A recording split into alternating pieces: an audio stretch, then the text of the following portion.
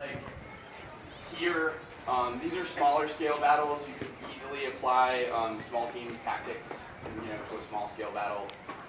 Once you get past about 10v10, it starts to work a little bit differently. You start to tend to have like a main force and then other forces and there's skirmishes going on the side. But for very large battles, and I'm talking about this because several of us are going to go Ragnarok. In Ragnarok, you're going to have battles that are 200 or more people aside. There are frequently, large field battles that are 500 people aside.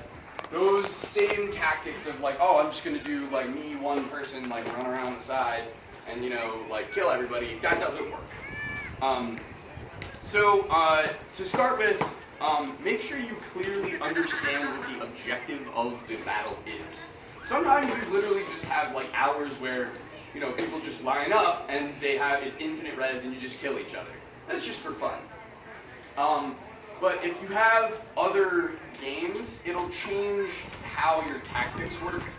And it'll kind of work the same way as smaller battles do, but instead of one person representing what you're gonna do and go get a point or go get a flag or whatever, think of that as one group of people is going to do that action, which makes it much harder to coordinate. So hold the point battles. If I had 5 points set up around, and everybody just starts away from the points, maybe you have a group of very small, if you had somebody who's small and fast, like this guy, maybe he could just dash to the point, and hold people off for a little bit while some of the slower people get there. And sometimes when I say slower people, I mean people in heavy armor. This is something that you're going to have to consider when you're in these battles. If you are unarmored, you're small and you're fast. Depending on what you're using, you're going to want to be with other people who are small and fast, and you're going to want to base your personal tactics off of that. Similarly, if you have another game like Storm the Castle.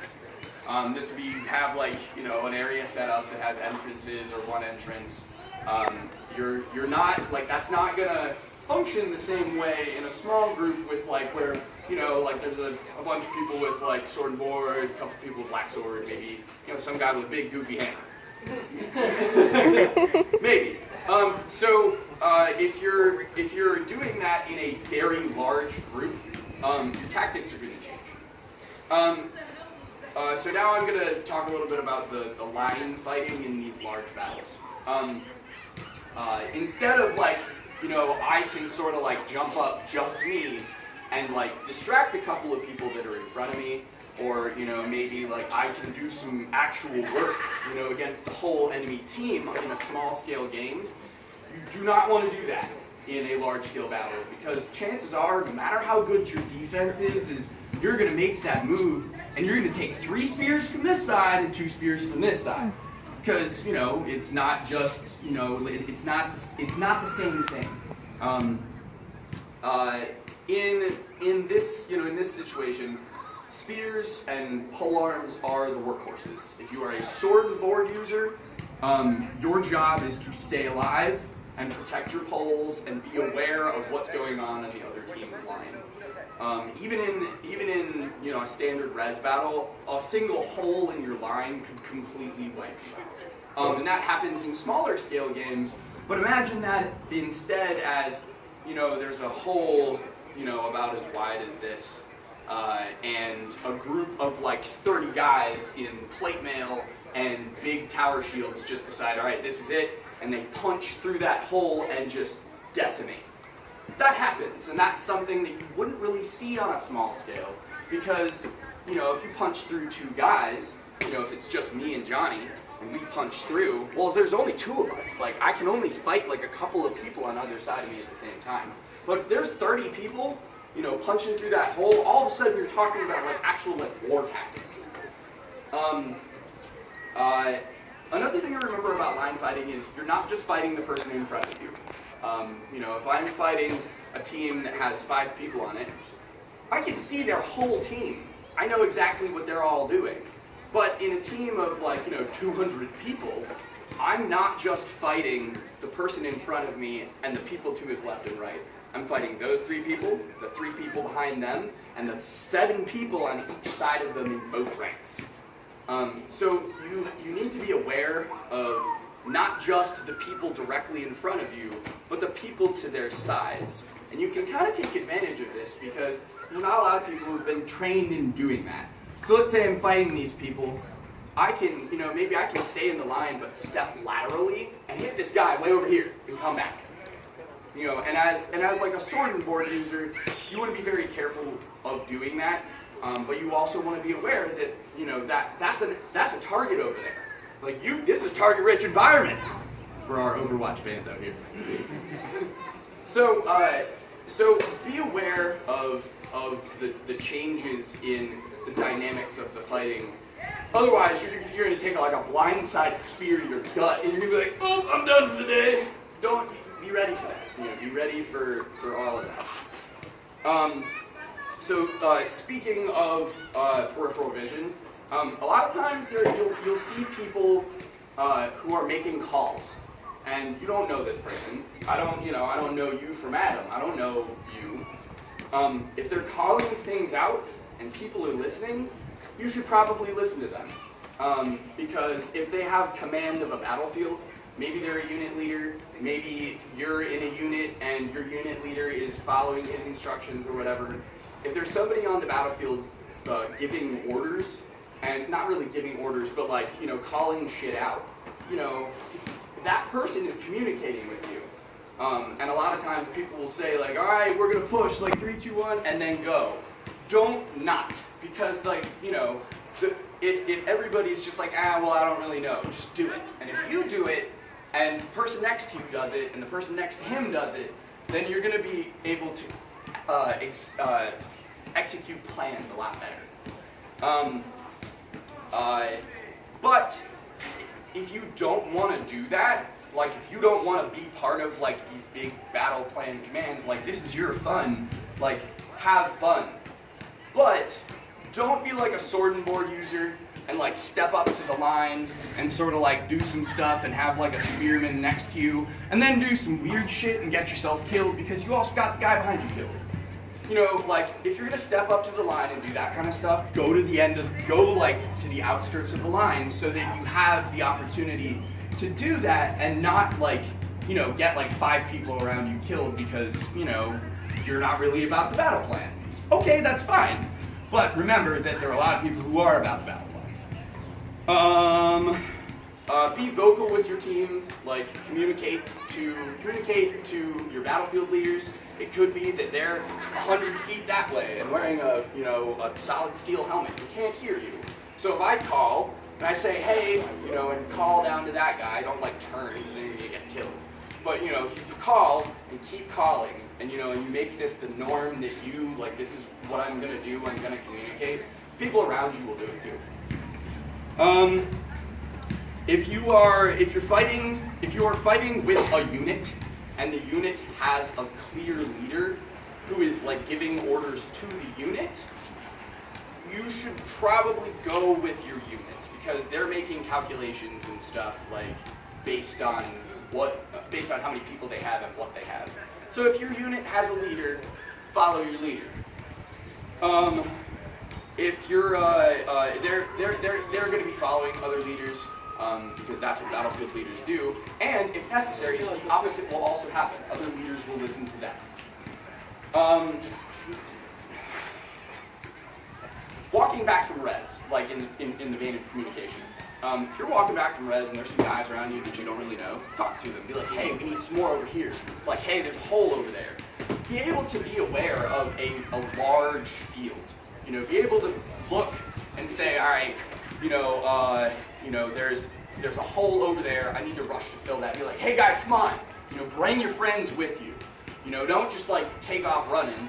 Without saying anything. Talk to the people around you who are rezzing and be like, this is we need to go do this, we're gonna go do this.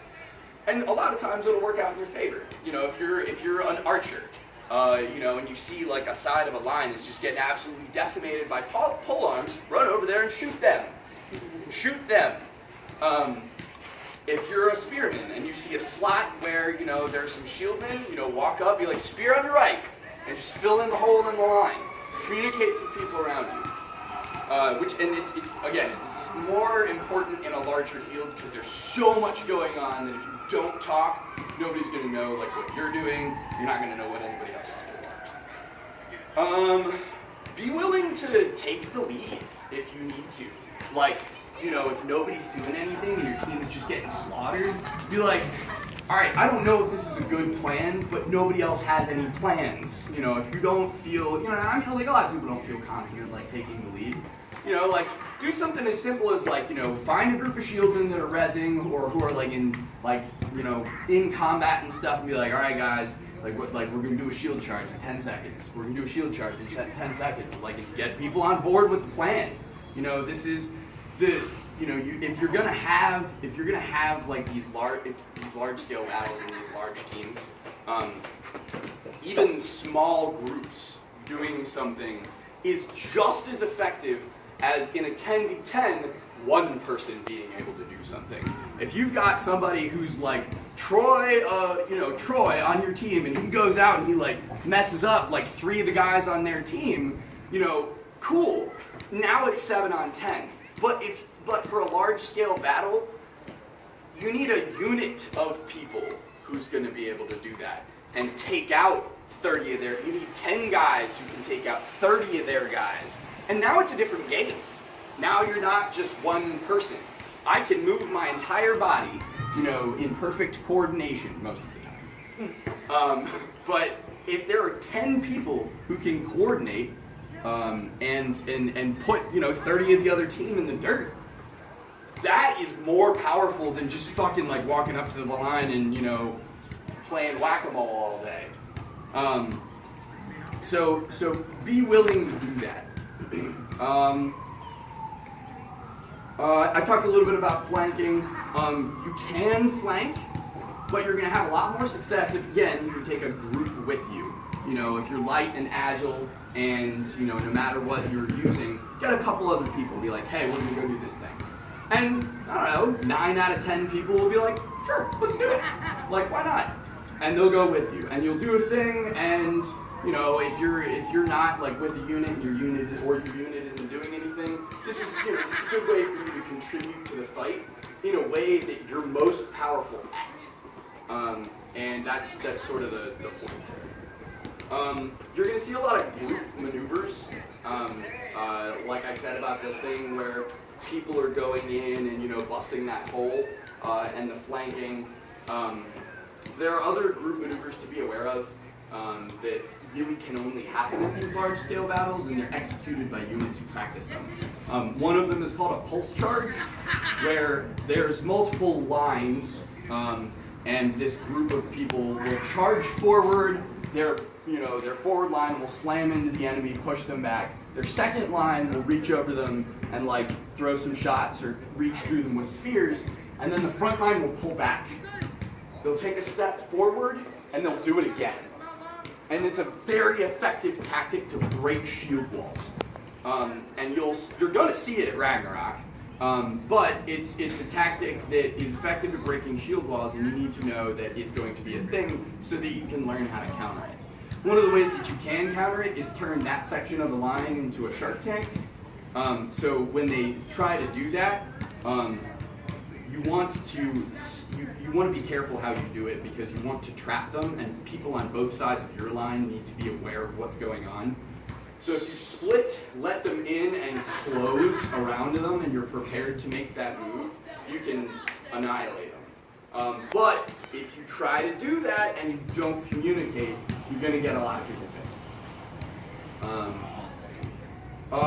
There's another one called a wedge. I think another group calls it something else, but it's basically that, it's what it sounds like. There's a large group of people and shields, and they march straight into a gap, or they march straight at the line in a pointed formation, and they just don't stop. And they'll get in between you and the guy next to you, and they'll just keep walking. The best thing that you can do is either get physical with them and push them back, which is going to be hard because they're going to be, together, packed tight, or go around and or move around them and execute a similar counter maneuver as you would if they actually got through your line. Does that make sense? Anybody have any questions? Cool. Well, Ragnarok!